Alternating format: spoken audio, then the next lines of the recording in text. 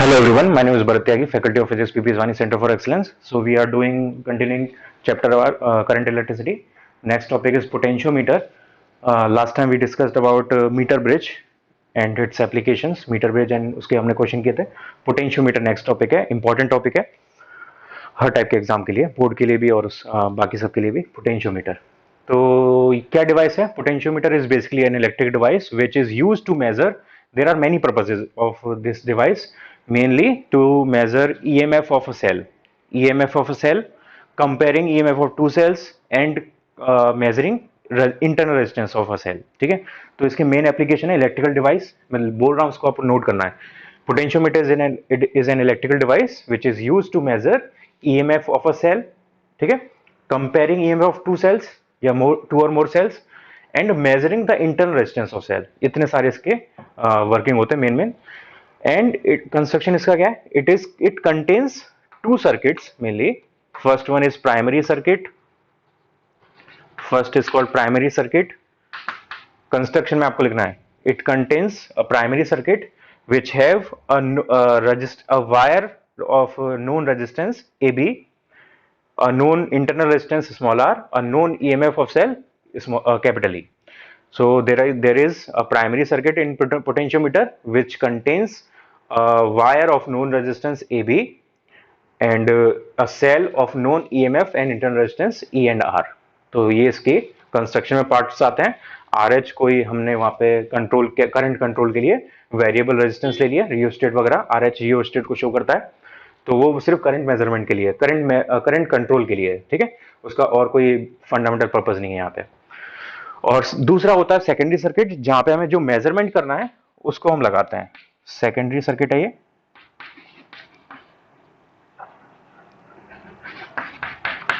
Secondary circuit, in secondary circuit we place the cell for which we need to calculate the EMF और for which we have to calculate the internal resistance और for which we have to compare the EMF. Okay, तो ये इसका construction और मैंने main concept बताया इसका, वो आपको नोट करना है. जो मैंने बोला था उसको आपको नोट करना है.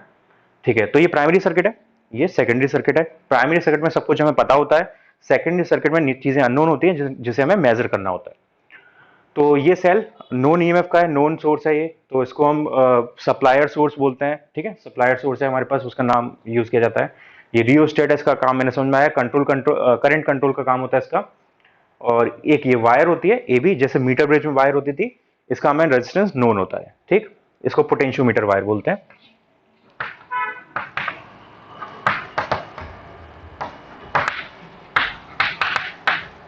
पोटेंशियोमीटर वायर, इसकी रेजिस्टेंस है suppose R, capital R.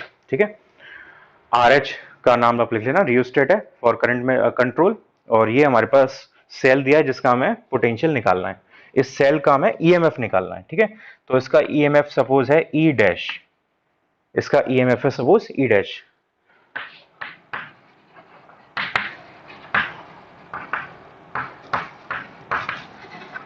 This we have to calculate, measure. ये हमें नोन है सारी चीजें. ओके, सो कैसे करेंगे इसे? यहाँ पे कंसेप्ट वैसे ही लगता है जैसे कि हमने मीटर ब्रिज में लगाया था. मेनली यहाँ पे आप इसको पोटेंशियल ग्रेडियंट से समझ सकते हो. पोटेंशियल ग्रेडियंट हम ऑलरेडी जानते हैं क्या होता है. Potential gradient, potential gradient. ठीक है, क्योंकि यहाँ पे सोर्स एक ये है, तो यहाँ पे पूरी वायर में जो पोटेंशियल ग्रेडियंट होगा वो सेम होगा. ठीक है, पूरी वायर में सेम लगा होगा. पोटेंशियल ग्रेडियंट का मतलब क्या है कि यहाँ पे डिस्टेंस के साथ वोल्टेज में चेंज आएगा. वो रेजिस्टेंस जो वोल्टेज ड्रॉप करती है वो चेंज की बात कर रहे हैं हम, तो वो सेम रहेगा. सपोज यहाँ पे पोटेंशियल ग्रेडियंट को हम मान लेते हैं x है.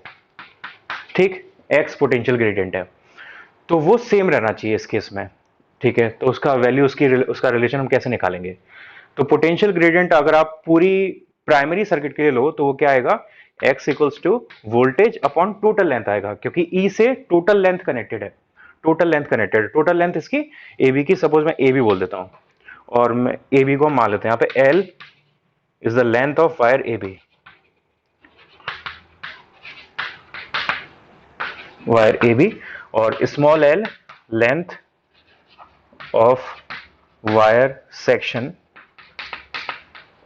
AJ. ठीक है, ये हमने अज्यूम कर लिया है. सारे पॉइंट्स लिखना बहुत जरूरी है, अदरवाइज कंफ्यूजन हो जाएगा. तो E अपॉन L ये हमारे पास आ जाएगा यहाँ से, ठीक। ओके, यहां से आप करंट निकाल सकते हो। करंट क्या आएगी? करंट आ जाएगी हमारे पास I equals to total EMF upon total resistance. और टोटल रेजिस्टेंस क्या होगी? ए बी की resistance which is capital R, ये रियोस्टेट की रेजिस्टेंस। रियोस्टेट को आप यहां से हटा दो ना तो भी कंसेप्ट पे कोई फर्क नहीं पड़ेगा, प्रैक्टिकली हम लगाते हैं ऐसे, लेकिन कंसेप्ट में इसका कोई रोल नहीं है, तो उससे कंफ्यूज मत होना बिल्कुल आप। तो ये आर एच रियोस्टेट की रेजिस्टेंस और ये इंटरनल रेजिस्टेंस इसकी स्मॉल आर, ठीक। तो आपको करंट की कैलकुलेशन की जरूरत है तो हम करंट भी निकाल सकते हैं। वो हमने पोटेंशियल ग्रेडियंट निकाला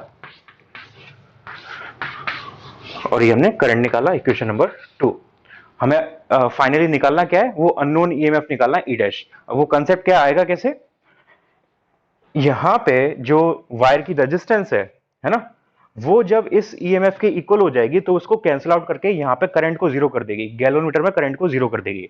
तो हमें करना क्या है? जॉकी को उठा के डिफरेंट डिफरेंट पॉइंट्स पे कनेक्ट करना है और चेक करना है कि इसमें डिफ्लेक्शन कैसा आ रहा है। जहां पे डिफ्लेक्शन जीरो आ जाएगा हमें वो पॉइंट फाइंड करना है और उसको हम बोलेंगे नल पॉइंट। नल पॉइंट का कंसेप्ट मीटर ब्रिज में भी आया था, तो वही सेम है, where deflection in galvanometer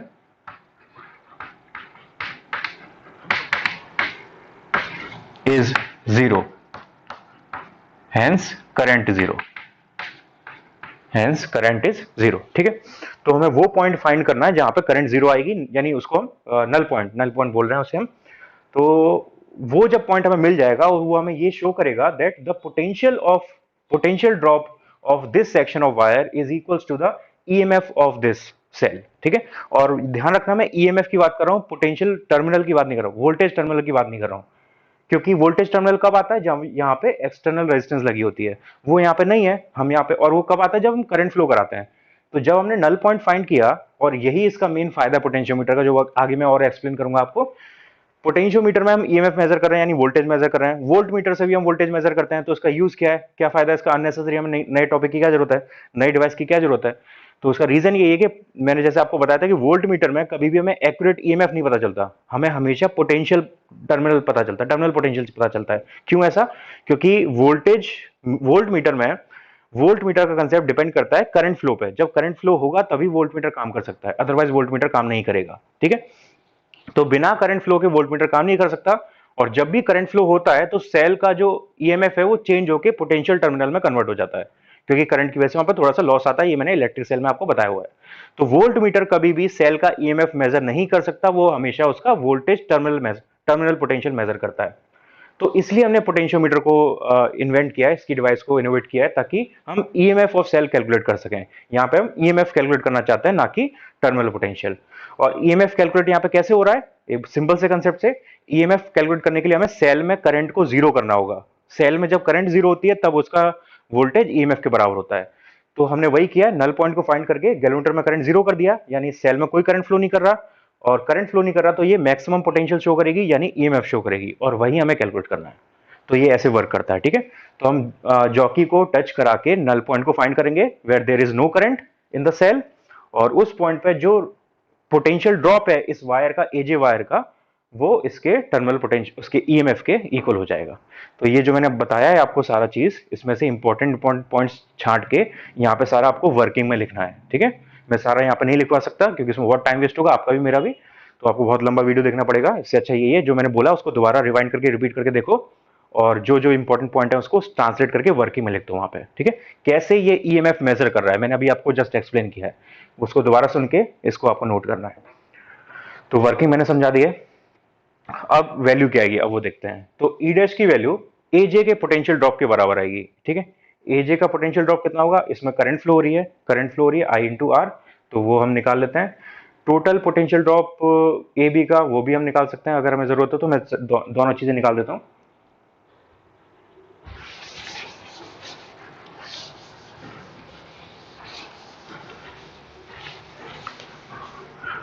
total potential drop in A B wire, पहले वो निकालते हैं।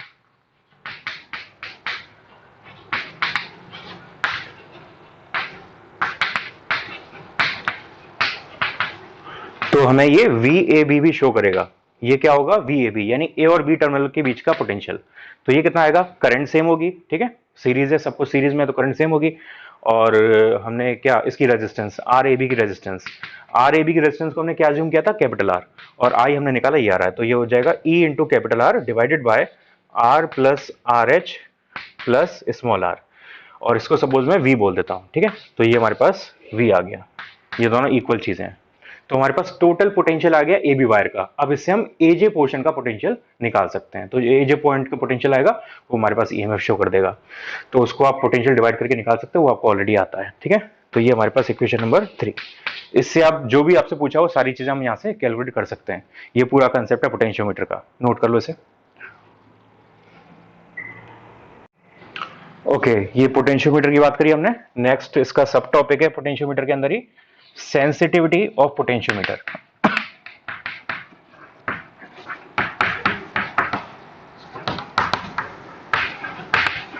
Sensitivity of potentiometer, sensitive word common है, बेसिकली कितना सेंसिबल है मेजरमेंट के लिए वो हमें बताता है, कितना एक्यूरेट और कितना प्रिसाइज मेजरमेंट कर सकता है ये हमें बताता है। तो एग्जैक्टली इसका डेफिनेशन क्या होगी, सेंसिटिव, मैं बोल रहा हूं आपको लिखना है, वो नोट करना है।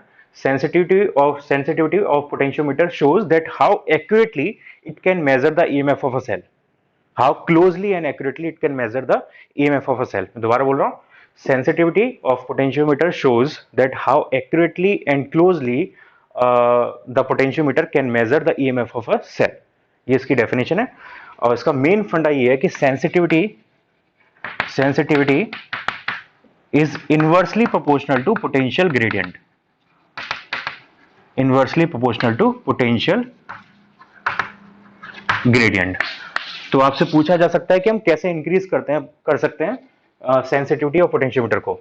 तो पोटेंशियल ग्रेडियंट को हम डिक्रीज करके सेंसिटिविटी को इंक्रीज कर सकते हैं। पोटेंशियल ग्रेडियंट का मतलब क्या होता है, x equals to E M F और divide by L, E M F divide by L या x जो भी था, ठीक है। तो हम या तो L को इंक्रीज करके X को डिक्रीज कर सकते हैं, यानी sensitivity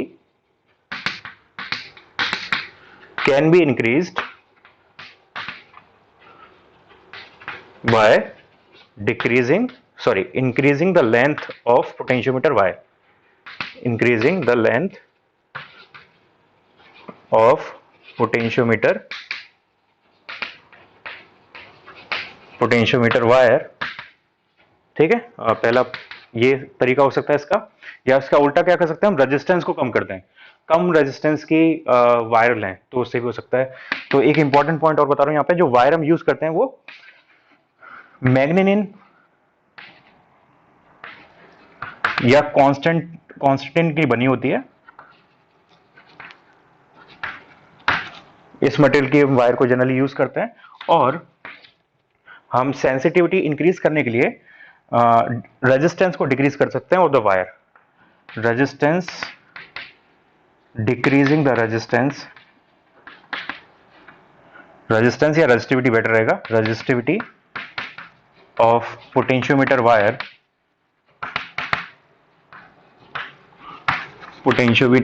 can also increase the sensitivity,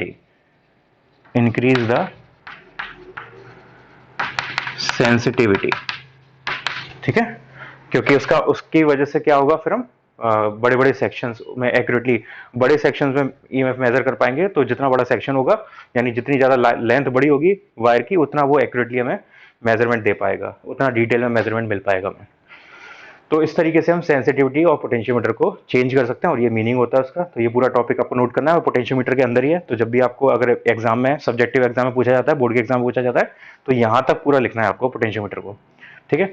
तो ये हमारा पोटेंशियोमीटर का मेन टॉपिक कंप्लीट हो गया। अब इसकी एप्लीकेशंस देखते हैं। जैसे मैंने आपको बताया था कि पोटेंशियोमीटर के डिफरेंट यूज होते हैं, उसका जो मेन फंडा था वो मैंने अभी समझा दिया इसको, उससे आप ईएमएफ निकाल सकते हो। तो मैंने बेसिकली अभी आपको ईएमएफ निकालना सिखाया मेन टॉपिक में, पोटेंशियोमीटर के में। अब एप्लीकेशन में बाकी सारी चीजें आएंगी। तो हम ईएमएफ के अलावा क्या क्या मेजर कर सकते हैं, इंटरनल रेजिस्टेंस भी मेजर कर सकते हैं, और दो सेल के ईएमएफ को कंपेयर भी कर सकते हैं।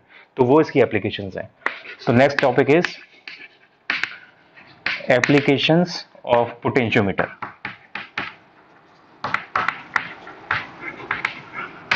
Applications of potentiometer. Okay, first in measuring the internal resistance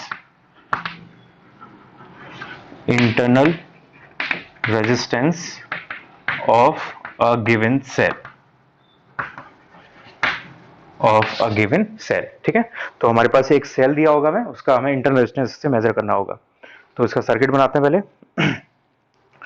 तो प्राइमरी सर्किट हमेशा सेम रहेगा, प्राइमरी सर्किट वैसा ही है जैसे हमने पहले बनाया था, हमेशा वैसे ही रहेगा। एक नॉन ईएमएफ का सेल, और मैं रियोस्टेट को यहाँ पे नहीं लगा रहा, वो प्रैक्टिकली हम लगाएंगे, लेकिन थ्योरी में कोई वर्क नहीं है उसका, तो मैं यहाँ पे उसे इंक्लूड नहीं कर रहा हूँ। और इसके बाद ये सेल है हमारे पास, ठीक है, और सेल को हमने यहाँ से कनेक्ट किया गैलोरीमीटर से, नल पॉइंट यहाँ पे जहाँ पे भी मिलेगा हमें, और इसके साथ में हम यहाँ पे एक एक्सटर्नल रेजिस्टेंस को ऐड करेंगे। वो क्या करेगी, क्योंकि अगर आपको इसका इंटरनल रेजिस्टेंस मेजर करना है तो यहाँ पे आपको करंट फ्लो करानी पड़ेगी। करंट फ्लो कराने के लिए यहाँ पे आपको एक वायर लगानी होगी, तो उस वायर की जो रेजिस्टेंस है वो यहाँ पे एक्सटर्नल रेजिस्टेंस की तरह काम करेगी।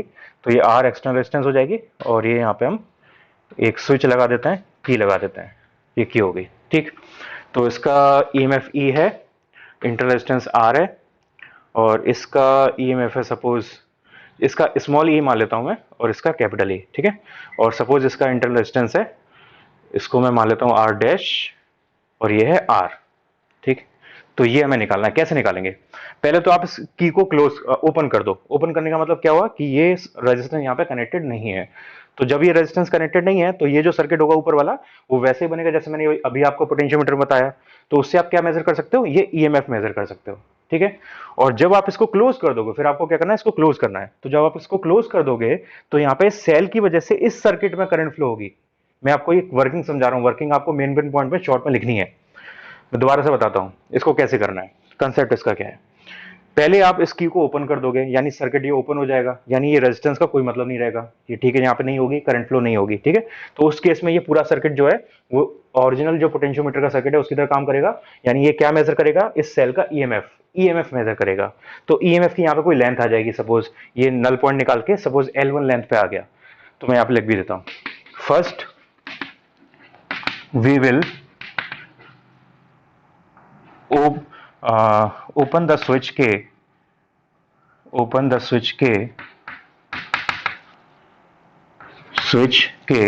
so that there is no current in R, ठीक है। in this stage suppose the null point is found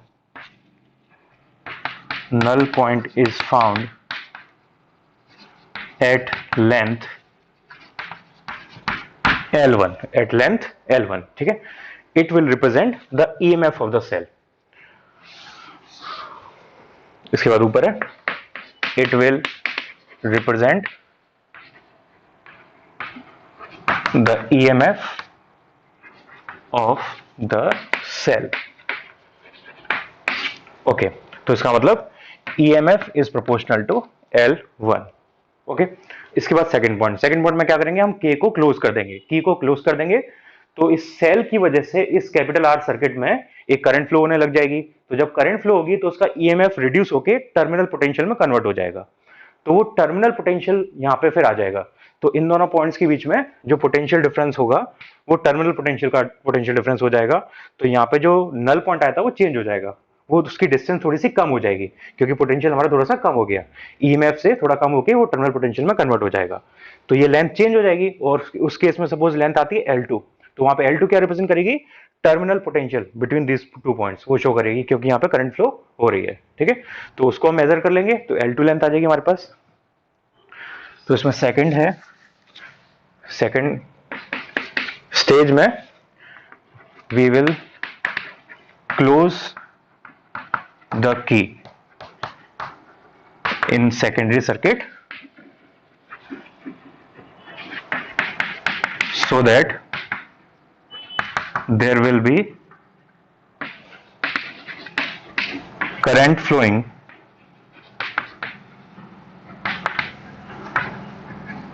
due to cell E. Hence the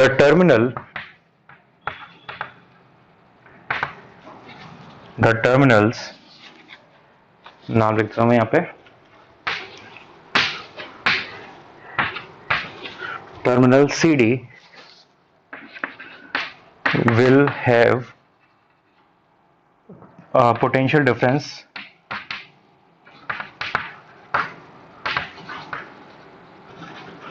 equals to the terminal potential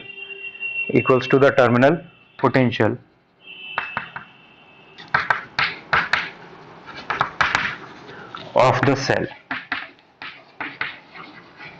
ठीक है, and suppose the null point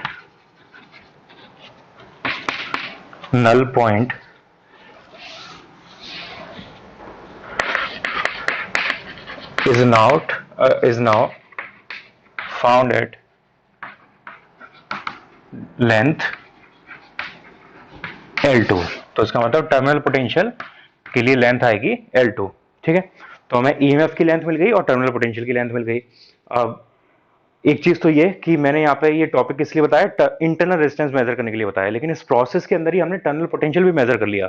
तो ये मैंने बोला नहीं था पहले, क्योंकि टर्मिनल पोटेंशियल तो हम पहले भी मेजर कर सकते थे वोल्टमीटर को यूज करके. ठीक है, तो वो पहले भी मेजर हो सकता था, इसलिए उसको नहीं बताया जाता क्योंकि वो पहले से नोन है. तो हम ईएमएफ भी मेजर कर सकते हैं सेल का, टर्मिनल पोटेंशियल भी मेजर कर सकते हैं पोटेंशियोमीटर को यूज करके और इंटरनल रेजिस्टेंस भी मेजर कर सकते हैं. तो उसके बाद एक कैलकुलेशन और बची है जिसको यूज करके यहाँ पे हमारे पास इंटरनल रेजिस्टेंस का मेजरमेंट भी हो जाएगा. वो क्या है, सेल के अंदर जो मैंने आपको सेल टॉपिक के अंदर फॉर्मूले बताए थे, वहां पे इलेक्ट्रिक करंट का फॉर्मूला बताया था और एक ईएमएफ और टर्मिनल पोटेंशियल का फॉर्मूला बताया था. उसके अलावा एक और फॉर्मूला होता है वहां पे इंटरनल रेजिस्टेंस और एक्सटर्नल रेजिस्टेंस के रिलेशन का. वो फॉर्मूला होता है small r equals to E upon V minus 1 into capital R. अगर ये फॉर्मूला आपको नहीं पता है तो पहली बार नोट कर लो, सेल का फॉर्मूला है, ये यूज होता है. और ये फॉर्मूला कहाँ से आता है, जो दो फॉर्मूले आपने लिखे हुए हैं उनको कंबाइन करके ये फॉर्मूला आ जाता है. तो वहां से आप ड्राइव करके निकाल सकते हैं इस फॉर्मूले को. तो ये फॉर्मूला सेल के लिए हमें पता है ऑलरेडी. अब यहाँ पे E अपॉन V क्या होगा, E upon V L1 upon L2 के बराबर होना चाहिए. लेंथ, पोटेंशियल लेंथ के प्रोपोर्शनल होता है. तो यहाँ से स्मॉल r इक्वल्स टू आ जाएगा L1 divide by L2 minus 1 into capital R. तो कैपिटल R जो हमने लगाया है वो हमें नोन होगा रेजिस्टेंस, L1 L2 को हमने मेजर कर लिया, तो यहां से हमारे पास इंटरनल रेजिस्टेंस का मेजरमेंट आ जाएगा.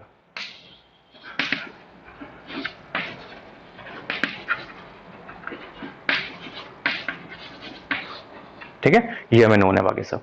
तो ये हमने एप्लीकेशन पहला देख लिया इसका, इंटरनल रेजिस्टेंस मेजर करने का पोटेंशियोमीटर के केस में.